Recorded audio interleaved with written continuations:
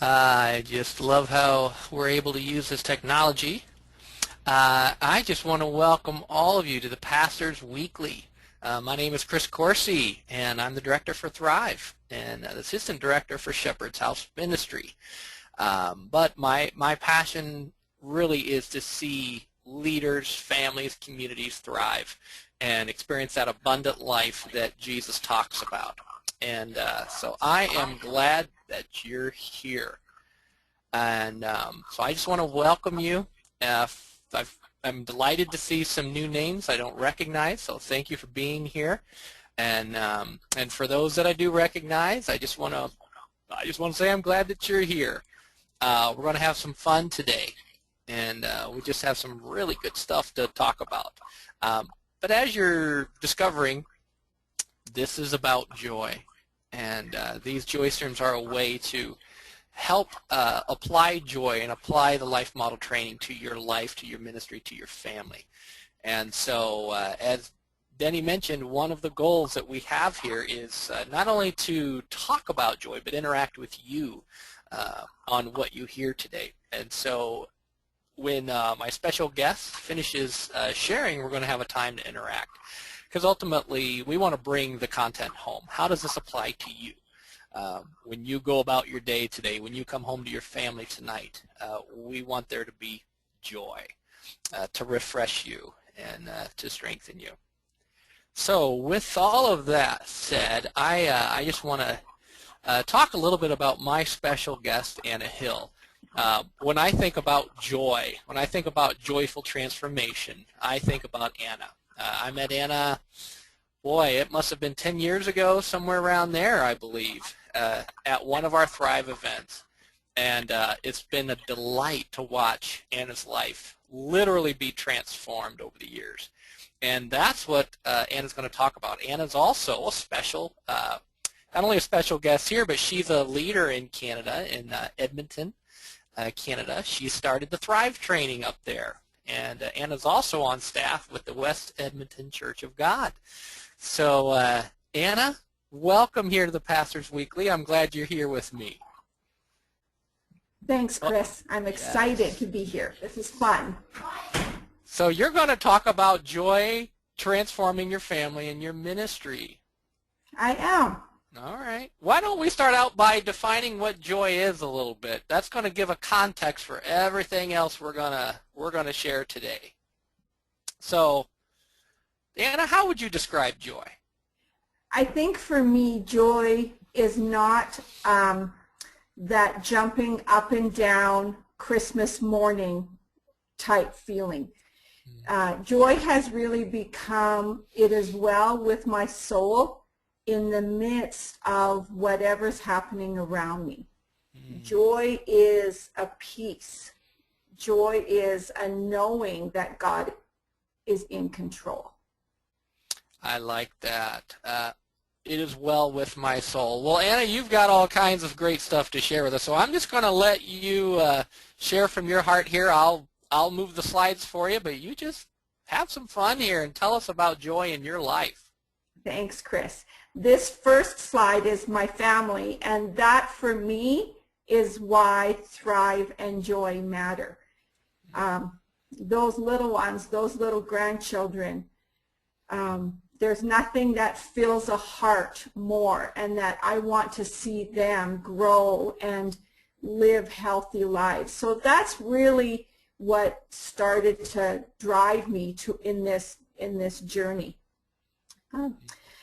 As an adult, I received quite a bit of prayer ministry because as a child, I recognized I learned some really unhealthy behaviors.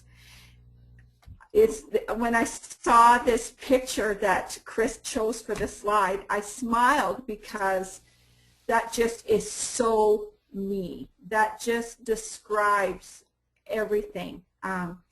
Did I do okay? Did I do good? And then when we grow up with some of those insecurities, or grew up with some alcoholic parents, grew up with some pain, that we learn how to act mature and we learn how to act joyful. And those are all ways of hiding. And I learned very well how to act like I was a good Christian. Being a Christian was important to me, and I wanted to be the best Christian that I could be. So I started having a family, got married, and had children. And I thought, okay, I need some help. So I went to get for prayer ministry. I was with psychologists. I did all kinds of things to try and just do better and to try and heal that hole. I would sometimes have described that hole as like a gunshot to my stomach, just that hole in the middle of my gut that just everybody could see through. I learned the language of Christianity. I was a leader in a lot of ministries at the church. Everywhere I went, I knew how to act, and I knew the words. So people wouldn't have really known how much pain I was really in. I knew that I should be joyful. Christians are joyful. Christians are happy people. So in knowing that I should be joyful, that just really added to my pain, because my belief system then was, why am I not joyful? What's wrong with me that I'm not joyful? So that really grew into a huge amount of shame. The shame just was overwhelming. That led to depression, thoughts of suicide. It led to drug addiction, to prescription drugs. I learned as a young mom which drugs to take to numb that hole in my stomach. I just always described it as this emptiness. I knew how to ask the doctor for what drugs I needed. I tried to appear strong. Like I said, if you would have just met me, you would not have even thought that there was anything wrong. But inside, I was absolutely dying. I was so weak and so broken and in so much pain. And so as a result, I tried harder to be joyful. I tried harder to do the things that I thought that I should do. I worked hard as a mom so that my kids wouldn't struggle. What I wanted was I wanted my kids to be happy.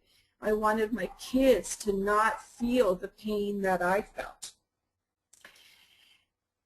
Transformation for me really happened when I began to realize that this piece about joy and this piece about maturity, I received so much prayer ministry. I was the one that would be at the front of the church on Sunday morning getting prayed for. I was the one that people would be gathering around to pray. I mean, people prayed and prayed and prayed. And I still did the things that I didn't want to do. I still did the things that were not acting like me. The first about 2 or 3 years that I went to Thrive, I learned about maturity. And that really emotionally, I was an infant. I did not have people who could identify my weakness and speak into the weakness. In fact, what I experienced was a lot of strong people just making it worse. I knew that I wanted my children to see a different mom. I wanted my children to experience a different mom, a mom who could get off the couch. When I met Chris and some of the people that were involved in the early years of Thrive, I realized that they were weak, but yet they were functioning really well. And they were able to minister and speak into me and help me mature. Maturity wasn't something that was, okay, I'm going to do 1, 2, 3, and 4, and then by next Monday at noon, I'm going to be mature. That's what we all want, but it's about the weak and the strong working together. It's about having people in your life that can help you in the maturity process. I needed tender responses. That was something that I never experienced a lot of growing up. There wasn't really a lot of tenderness. So I learned through healing, and I learned through Thrive how to give tender responses. That it wasn't so much about my words, it was more about my voice tone, my facial expression, that I was able to communicate, I'm glad to be with you. And it wasn't something that I had to drum up, it was something that was just a part of me. I just was naturally wanting to respond tenderly. And I to this day, my grandchildren still bring me the greatest joy.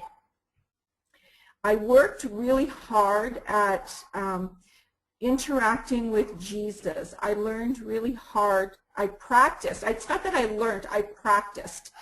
I practiced the presence of Jesus. I practiced questions. I would often say to Chris, this is what this event is telling me. Something would happen, and I'm saying, this is, I'm feeling shame, or I'm feeling this. And Chris would help correct my interpretation of an event. And I see so often how something that happens and it gets misinterpreted. Jesus, show me where you are. Jesus, show me what you're doing. Jesus, show me how you see me. And just taking the time to do that. And as a result, that just naturally created a greater sense of belonging in my family. That my kids naturally, and people around me, naturally want to be with people who are glad to be with them. People who are asking about interpretation. To this day, I still interpret some events not correctly, but I have people that I can go to and say, is this what you thought of this? So these things continue to be really important for me, the mind sight and Jesus, how do you see me? Those are key for transformation. Working on the 19 skills. The 19 skills, I understand it's the same language as the gentle protector skills, but I needed to learn, in order to help my marriage, I was able to look at and study the attachment styles. And I learned that when my husband was in the garage, or my husband was not being relational with me, that there wasn't necessarily him rejecting me, it was his attachment style. His attachment style is to be dismissive. I tend to be more on the distracted, so the more that I would chase Garth to ask for relationship, to be with him, the more overwhelmed he would get, the more dismissive he would get, and it would just trigger all those feelings of rejection. But in learning about attachment styles, I was able to see that he was struggling himself, that his dismissive style isn't about me. And that was huge in learning how to be in a healthy marriage, how to be in a healthy relationship. I began to feel empowered in learning that I could build joy with people that came to see me in my ministry, even the local store. There's tools. I could use voice tone. I could use identify attachment styles. I could use heart sight. I could use the tools, the 19 skills, the gentle protector skills, to empower people. I have just an amazing couple that I'm working with right now, and we sit and do the Thrive skills together. When they come to my office, we practice the gentle protector skills. Practice makes perfect, and we practice and practice and practice, and I still practice and practice. I see change happen, and I have incredible hope that I will see even more change happen. I have huge hope. It's empowering to think that I can build joy. I can communicate joy and love to people, which is what it's like all of us to do. One skill that I did not do very well was to quiet.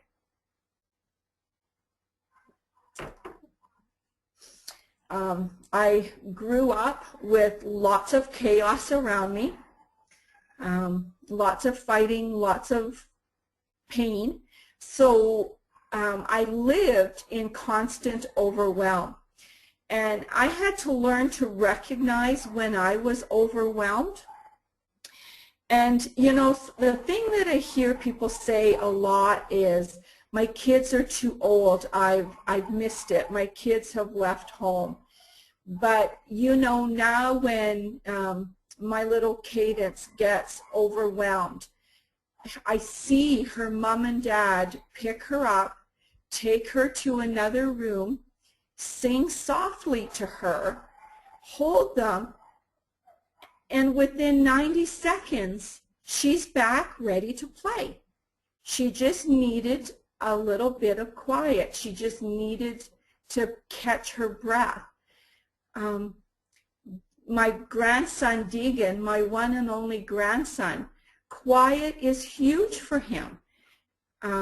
He's a sweet, sweet boy who's adopted, and quiet is really a significant bonding tool for him. And the way that my daughter does quiet with him is he sits on her lap.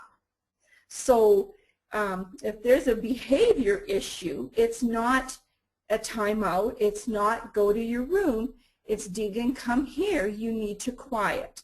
And he starts by kicking and screaming.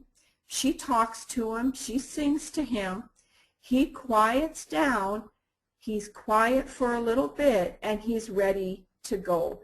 He now will ask for quiet time. He spent some time with me yesterday, and he was, Nana, blanket quiet. He knew that he was getting overwhelmed, and I just think that's crucial. It's crucial. So my kids are learning it through teaching it to my grandkids.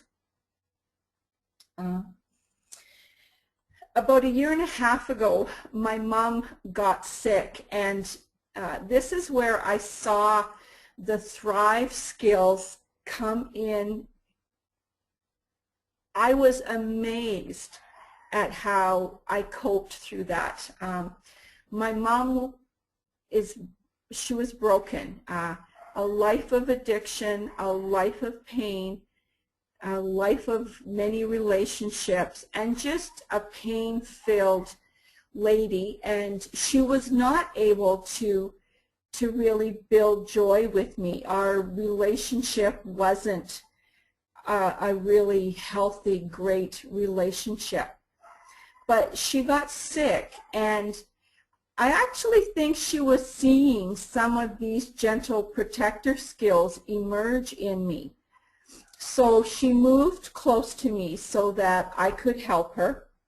We went through a journey of cancer. We went through a diagnosis and treatment, and then we went through the news that she wasn't going to get any better, that she would continue to have pain and she would continue to suffer until the time that Jesus took her home. I knew that my mom had faith, but I was able to sit with her. The last 6 weeks in the hospital were really difficult physically, but I was able to ask Jesus where he was, and I was able to see Jesus rubbing my mom's feet. I was able to see Jesus just with his hand on my shoulders. The 2 days before Mom passed, we had amazing conversations. We talked and we prayed and we prayed, and one of the last words that Mom said to me was, "I'm sorry." And we prayed the Lord's Prayer together numerous times. That was so special. And as a family, we gathered around her hospital bed and we were able to sing her into heaven. And I know that the peace and the joy that I felt, I would not have been able to do that without the Thrive skills. I could not experience peace. My heart still hurts. I still miss my mom. But I miss especially the special times that we had towards the end, the love that grew between us. And I know that it's the Thrive skills. I think that's where I really was like, this stuff works. I was seeing little things. I was experiencing little things. And then going through this journey was, this stuff works. A huge, huge blessing to me.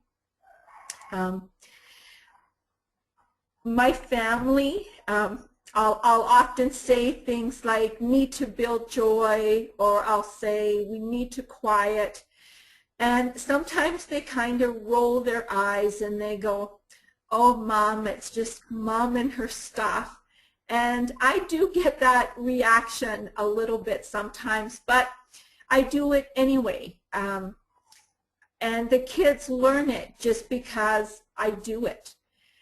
In my prayer ministry, I've been trained in various modalities of prayer ministry, and actually doing Thrive skills when people come to see me is what makes a difference. Sitting quietly with someone for a few minutes when they come into my office, amazing what that does for people. Just building joy, smiling, using voice tone, using eye-to-eye communication. Huge in my prayer ministry. And I'm looking forward to more and more being able to use those in my church. I'm an associate pastor at this point, and just really looking forward to using some of the Joy Starts Here material for small groups. I've led restarting groups, I've led belonging groups, and right now what I'm the most excited about is a Joy Starts Here. So doing small groups, we've already started some Joy Starts Here small groups, and in 2014 we want to experience what Chris and Jen and the Thrive team just put together in Illinois. We're actively planning, not just planning, it is going to happen. Joy Starts Here in the spring of 2014. So stay tuned for those details. There's also a marriage retreat coming up in Medicine Hat in November. So lots of ways to build joy and to share joy and to teach these skills. These skills are taught through doing them. One thing that was frustrating to me early was Chris would just say, yeah, just keep practicing. And I'm like, Chris, I know it. I should just be able to do it. And Chris would be so gentle, just keep practicing, and it's life-changing. It's generation changing. Well, Anna, you've just encapsulated so much by what you've shared. You are spreading joy and spreading life to your family, to your children, to your grandchildren, to those who come to you for help. But for me, hearing what you shared, the icing on the cake is just that redemption, that restoration, that healing with your mother during her final days. Wow. I would have never expected to experience that much peace and that much healing. It almost made the grief more intense, because I got a taste of what we could have had. Yeah. We could have had. Yeah. God gave a huge gift. And I really want to highlight to all of our friends who are with us today that a lot of what you've shared with learning the skills, building joy, this wasn't natural because it was missing when you were growing up. Absolutely. So you had to actually learn these skills and start practicing and using them. Yeah. And I needed people to be glad to be with me. Okay. Yep. So that joy gives us kind of that context for learning. We're going to learn much better in a joyful environment than we are in a fearful environment, so to speak. Yeah, absolutely. Wow. Well, I just want to thank you here for your transparency with us today and your humility. This is really special what you've shared from your heart. This is what my life is now. Wow. Well, I want to open this up, if that's okay. I want to open this up for our friends.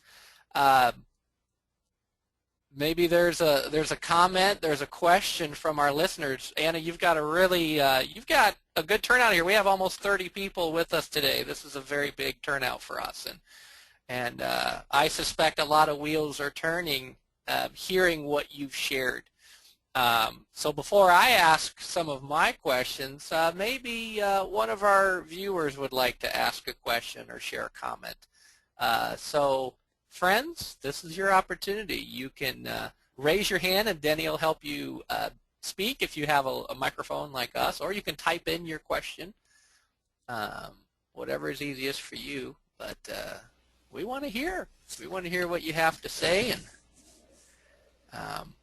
and I've always got some questions, Anna, that I can ask, because I've watched you in this transformation over the years since that first Thrive, and you really have worked very hard to learn something new and learn a skill and start downloading these skills to your children, your grandchildren. I mean, how special for you to see now the result of that in your grandchildren and your children as they're using these skills. Oh, that has to be rewarding. When I see them pick up their children, my precious grandchildren, and help them to quiet, I can't even put into words what that feels like. There's a lot of safety there. There really is. And you highlighted the overwhelm skill that we train at Thrive, and how important just picking up those overwhelm cues really are, both in ourselves as well as in watching other people. So that has to be pretty special for you to see that skill being used when it was non-existent growing up. Yeah. And for me, not knowing that overwhelm was it was my norm. Overwhelm was what I believed was life. And just to be able to quiet and to be able to sit with someone I remember, Chris, even the times I spent with you and just sitting quietly and like, I don't have to talk. Yeah. It really calms the spirit. It took me a while to learn what overwhelm was not. Well, I just want to, Denny's got some comments for us. I'd want to invite you, Denny, to go ahead and share some of what you're hearing from folks. Okay. Well, first we have a lot of thank yous to Anna for sharing and for her transparency. So definitely they're very appreciative of this joy stream with you, Anna. I did have a question from Dennis. He said, how can I overcome the fears of youth that sometimes control my reactions today? The fears of youth. So I think what I'm hearing in that is that those fears have stayed with him into his adult years. Is that right, Chris? Would you say? Yeah, that's what I'm guessing Dennis is saying. Yeah. So I unmute him. We'll see if he'll pick up. Dennis, can you speak? Hello? I'm not sure if Dennis has a mic or not. Okay, so I think really it's having someone to sit with Dennis and ask Jesus where he was in those times when he experiences those fears. So I think the skill there would be the heart sight, the connecting with Jesus. Quieting would be huge. And we don't have to quiet by ourselves. We can quiet with someone sitting with us. Yeah, and Anna, you mentioned that was a skill that we practiced a lot. As I recognized that was an area you wanted to grow in, you wanted to strengthen that skill. Yeah. And so we would practice quieting, and then we would talk about how quieting feels. So I would say, well, Anna, yeah, how does this feel right now as you've practiced, 3 minutes of quiet? And the neat thing that I noticed as you practice this skill over the years, in the beginning it was hard, racing thoughts, restless mind, but over time you started to crave the quieting when it wasn't there, which tells us very you were much. learning that skill. Very much. And I've learned that even just taking a potty break is good for quieting. Yes, right. It is. All right, so Dennis, hopefully that helps give you a little bit of clarity on what you're asking there, but it sounds like some quieting and a little bit of Immanuel interaction would go a long way. All right, this question from Cheryl, I think it's more towards Chris. It's how much of the other Thrive material do we need to have learned before we go on to the Joy material? I've done much of the training, but I'm thinking about sharing this with others, and I'm excited about this new book. Well, that's a good question in terms of content and resources. Basically, for those of you who have some experience in Thrive, the reason there's a lot of overlap. Let me say that much. There's a lot of overlap between what the team is doing with Thrive, but we designed the Joy Starts here to be a starting point for people. And so it's a way that you can introduce joy. It's a way that you can start running some small groups because they're going to get the theory, they're going to get the content, but they're also going to have a lot of practice with what we've called some of the joy actions in the book, which basically says go home and try this, as well as the exercises and the assessments. And so I would say whether you've been through Thrive like Anna or you're brand new today, this is all new. The Joy Starts Here stuff, which I'll talk about pretty soon. That's the place you want to start, especially where you can spread it into your community. And one of the things I just want to mention for Anna along the same line is when I first met Anna, she wanted to bring this home. She had tasted something that she knew her family and her community needed. So she contacted me. She said, Chris, what do I have to do here? I want this stuff in Alberta. And so what Anna did, she hosted some maturity retreats. We didn't have the Joy Rekindled Marriage Retreats yet, but she hosted the maturity retreats, and she started to share this with everyone she knew. And pretty soon there was enough interest where she could start taking this to a different level. But the fun thing and the important thing I want to mention, which really compliments you, Anna, is that you did the work. You know, my response many times, which probably annoyed you sometimes, but my response was always, Anna, you've got to learn these skills before you go too far down the road. Yeah, just practice, Anna, just practice. Yeah. So I really hope that that's clear to all of you who are with us today, is literally you want to start practicing these skills, and as you practice them on the good days, they will translate into the hard days and the bad days. But if you don't practice them on the good days, then don't expect them to be there when the storms hit. I think that's the biggest thing that I've learned, is you practice it on the good days, not when you're in crisis. Yeah. Okay.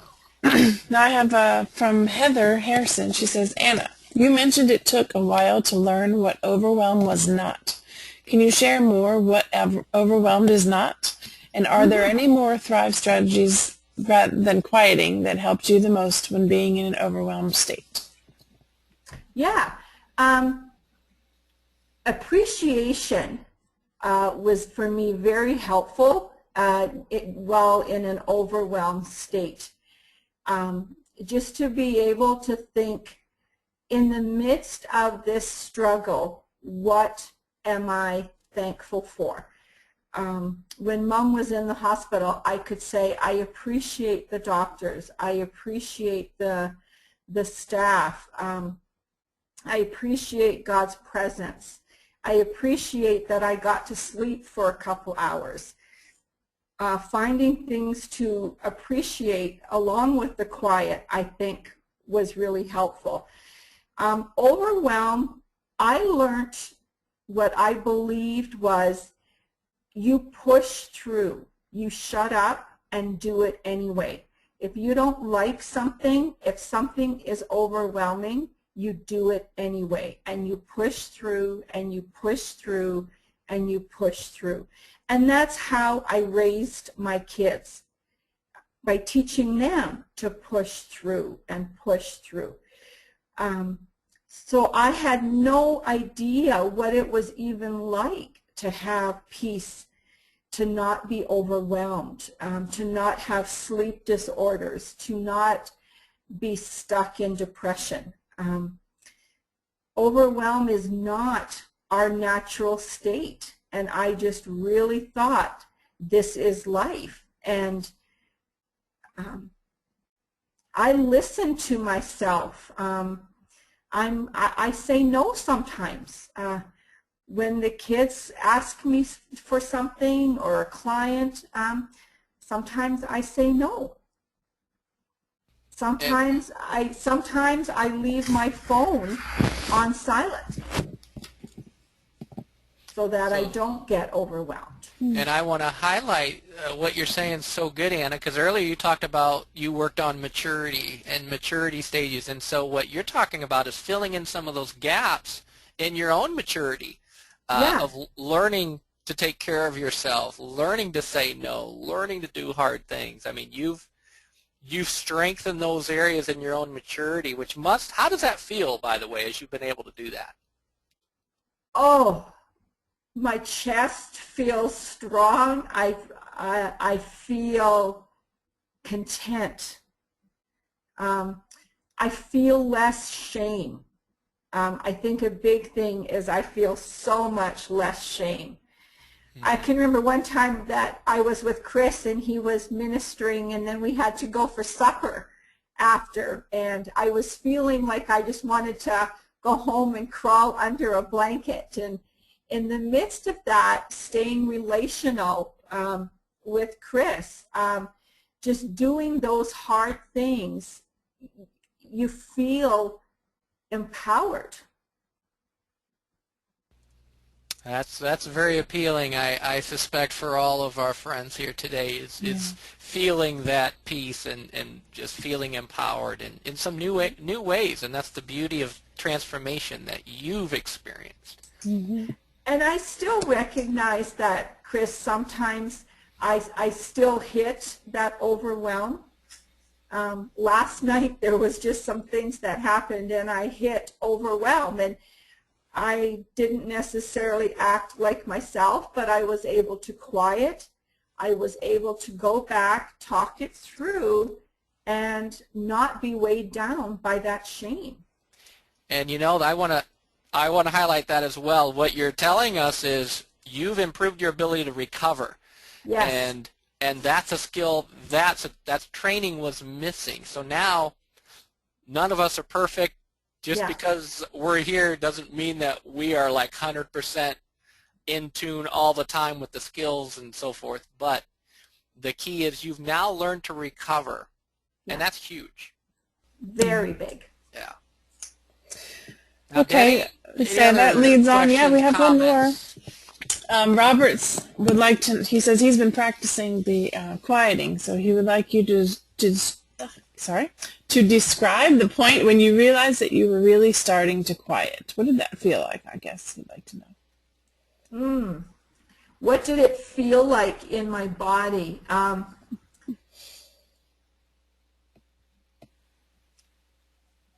It felt natural. I think when I first started to practice quiet, it didn't feel natural. It felt uncomfortable. So the more that I practiced, my body began to feel comfortable. My body began to, like my shoulders not, be up here, but my shoulders, to be relaxed and to just be slow. It helped me to be slow. I'm trying to think of what else it might have felt like. I've heard you use the word you kind of feel restored after quieting. Yes. I've heard you say that before. Yeah, big time. You just feel like you can sort of come out of that quiet and be okay. I can carry on with life. And when we don't know how to quiet, we're just trying to keep our head above water. We feel like the waves are just knocking us down. Negative emotions are robbing us. It's kind of miserable. Yeah. And he has typed in, that was a perfect answer. Thank you. Yeah. And a helpful answer says Heather from the previous question, and an amen from another large family parent from Jerry. So, yeah, I think that's really Those good. large families, I think sometimes it's hard to quiet. And so, Anna, as you cross paths with a lot of other pastors and leaders, what advice can you give us as a busy pastor? My plate's full. My family needs me. My staff needs me. My congregation needs me. Are there any words of wisdom you could give us as pastors and leaders who are just feeling that overwhelm feeling? Don't be afraid to take that time to quiet and appreciate and build joy. I think sometimes it feels like it's one more thing added to a busy schedule. But, 5 minutes every hour that's kind of what I target. It keeps me going. So practice yourself. Just sit with Jesus. Practice yourself. Practice and practice. Yeah, I like that answer, and I like the practicality of just 5 minutes an hour. There's so much research that just supports these things and supports how important that moment to breathe, that moment of quiet can be. And what we find is we have more resources to solve the problems that we're trying to solve when we're actually quieting and using these skills. And I loved your appreciation suggestion earlier, just how important appreciation can be. Yeah. Even today, I just appreciate the fall colors. I'm a huge lover of fall, and I appreciate the fall colors. I appreciate the cooler days. I'm with you there. All right, we have Zoanna with her hand raised. Let me see if she's there. Zoanna? Yeah, can you hear me? Yes. Hi, Zoanna. Yes. I wanted to ask, she said that she did things to improve her ability to recover. What are steps that you do to improve your ability to recover? Good question. Anna, you've got some thoughts for us? Yeah, I think that's where I talked earlier about the mind sight and the heart sight. So to recover would be to take a step back, to quiet, appreciate, interact with Jesus, and then go back to, for example, yesterday it was my son. And just, son, I think that I put a little bit too much pressure on you, and I'm sorry that I did that. And that, and then he'll be like, oh, it's no big deal, Mom. But yeah, you were overwhelmed, and I didn't recognize that you were overwhelmed, and I'm sorry for that. And your mind sight skill, just so our friends know what that is, you were able to put yourself in his shoes. Yes. And try and kind of predict or guess or simulate what he must be feeling. Yeah. And heart sight, or what we also call God sight, is also asking what God sees when he looks at someone or a situation. And so, Anna, I really like that example. You were able to put yourself in his shoes, which is actually a learned skill. It starts about 5 months of life where we start realizing there's people behind those faces that we see, and people with feelings and hurts and so forth. So you practice mind sight, seeing things from your son's perspective, and then heart sight means, okay, God, what do you see about this? Yeah. And I think that the other thing about restoring like that is that it brings safety. Yeah. So even if your son might not have fully acknowledged what you were offering and sharing, what you did would have created safety in him, feeling like Mom gets it. Mom gets me. Even if I don't tell her that, maybe there's that. The result is I feel safe with you. Yeah. Good. Thank you. I appreciate that. I didn't know what mind sight and heart sight were. So thank you, Chris, for expanding on that too. You bet. Thank you. That's a good question. All right, and Zoanna, you can mute yourself and come back on later if you have more questions. Okay, thank you very much. For now, Ken Paul has a question about pastors. Could pastors lead others in quiet while they're doing ministry and be able to quiet themselves during that time as an added time for pastors? Well, Anna, what would you say to that? In ministry, I'm not sure if he's referring to on the pulpit on Sunday morning or in one-to-one ministry. There's times when I've been on the platform and I've been teaching, and I will invite people to just take a moment, take a minute, and just quietly reflect on what they're thankful for before I start teaching. So that can get them into that transformation zone. And I would say, as pastors, we're in a great position to demonstrate these skills. So I don't have to take a 30-minute sermon to explain the skill that I want you to practice, but as you said, I could just say, hey, let's take a moment and catch our breath. Let's take a moment and remember some appreciation and then share that. I'd say that's good thinking on Ken's part. As pastors, we are in the position to really help at least start some of this in the lives of our communities. Mm-hmm. Yeah. We have about 3 minutes left before I move on here. Does anyone have any other questions for Anna? This is all so good.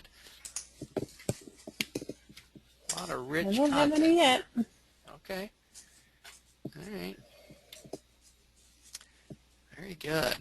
Well, I want to share some resources, Anna, because people have a chance to meet you coming up here. I'm doing a Joy Rekindled Marriage Retreat in Medicine Hat next month, November 15th and 16th, and you and Garth are going to be there. Yes, we are. So I just want to put this out there for friends. One of the things about our Joy Rekindled Marriage Retreats, which Anna has hosted and attended previously, basically Jen and I wanted a way that we could introduce families and leaders to the skills, because Thrive is the icing on the cake if you really want an intensive way to learn these skills, but it's 5 days. And not everyone, especially young families in kind of my situation, it's not easy to get away for a week like that. So we came up with the Joy Rekindled Marriage Retreats because we wanted a very simple way that young families and couples could actually start these skills. And so it's a really good opportunity to jumpstart your training. So our friend Helen Kowalski is actually hosting this in Medicine Hat. So I just want to invite, if any of you are serious, like, well, you know, I want some of what Anna shared today, this is a great way to start. You could learn more at the Thrive website, thrivetoday.org. Just go to Speaking Engagements. We have more information there on the retreat and lodging and transportation, those kinds of things. But Anna, did you have any thoughts, since you've been to, well, you've been through all the tracks of Thrive, but you train Thrive, but you also have been through a marriage retreat. Do you have any thoughts that you could share with people about the advantage of just going to a marriage weekend, a Joy Rekindled weekend, and giving that a try? Sometimes for husbands of women who are really excited about ministry and excited about this, they're like, oh, not another thing. Like, are you serious? And the experience for us was amazing in that the focus was on Garth and I. The focus was on us strengthening our relationship. It was at the Joy Rekindled that we identified these attachment styles in each other. And it was at the Joy Rekindled that Garth and I learned some lingo. We learned some language to say things like, my circuits are blown, or I'm done, I need quiet. We got like a common language so that we could work together. We've been married 31 years, and a lot of those years have been hard. A lot of those years have been faithful. It's been about us being faithful, and the Thrive was a huge blessing. That's good. And I would like to encourage you, if for our friends who are with us today, if you can't make one of these, consider a young couple that you could sponsor. We've had folks do that before. You know, especially families. I mean, I have a 3-year-old and almost 2-year-old here, so it's a very overwhelming season of life when you have little ones who are very active, high energy, and just love to climb the wall. It's really good to have these skills and to build some joy, and so I just definitely encourage friends to check this out. And the bonus is to meet Anna and talk with Anna. And yeah, I just appreciate that, Anna, that you'll be there. And we've got these new resources Anna's been talking about, the Joy Starts Here stuff. Anna's a part of the team who's bringing the Joy Starts Here weekend to Alberta. And so this is our new book. We just finished our launch of this book. The conference ended Saturday night, so we're fresh off of the conference. And this basically, you've heard Anna talk about the transformation zone. How do I create the kind of environment where true change, true joyful change happens? And that's what the team set out to do with this book. And I'm very excited for this this resource. And Jen and I, also recognize, again, for busy married couples, I talk to a lot of people and they say, I really like what I'm hearing from you, but we don't have the time. We just don't have the bandwidth. And my response usually, and they just say, I just can't afford it. I just can't afford to get away. And I just can't afford to practice. I just say, well, you can't afford not to practice. As Anna shared, the importance of joy. This is like our life preserver, our relational life preserver.